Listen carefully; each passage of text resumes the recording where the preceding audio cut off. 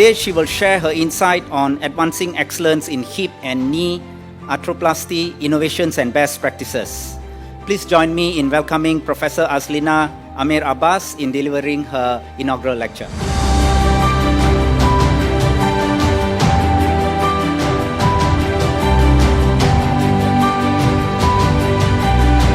Because, remember, all of them will be doctors one day, and doctors are leaders. But you cannot be a good leader if you have never been a good follower, right?